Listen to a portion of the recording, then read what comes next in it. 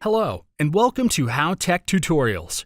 In this video, we'll show you how to create a flowchart in Microsoft Word. Let's say you want to document the process that happens after a user has provided the username and password to log in a website.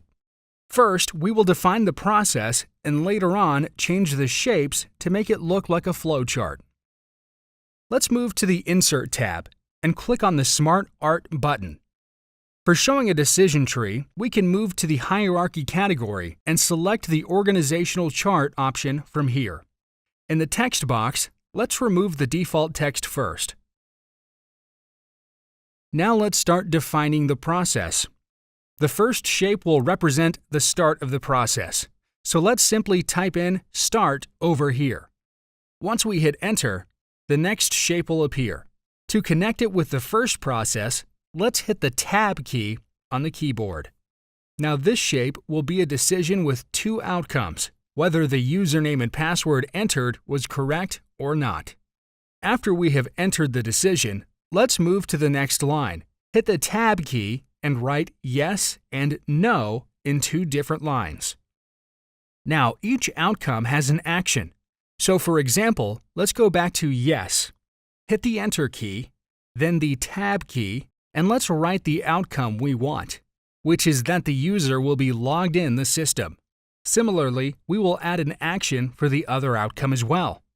Last of all, we will end the process after both outcomes. Now let's make it look like a flowchart. For that, we will select each shape in the SmartArt and change it. So let's select the Start and End processes. Move to Format and click on the Change Shapes drop-down menu.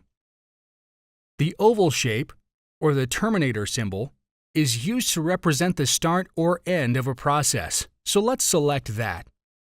Next, for the decision, we will use the diamond shape, which will have two outcomes. The rectangle shape represents the process.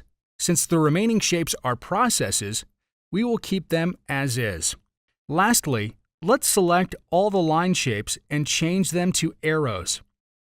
Within the Format tab, let's open up the Shape Outline drop-down menu. Move to Arrows and click on this option here. This is a basic flowchart, and you can use all the formatting features available in Word, whether for text or shapes. And that's all. Would you like to know more about any specific Word feature? Let us know in the comments below. Thank you for watching. If you liked this video, don't forget to give it a thumbs up and subscribe to our channel. And make sure to press the bell button to be the first to know about our new videos.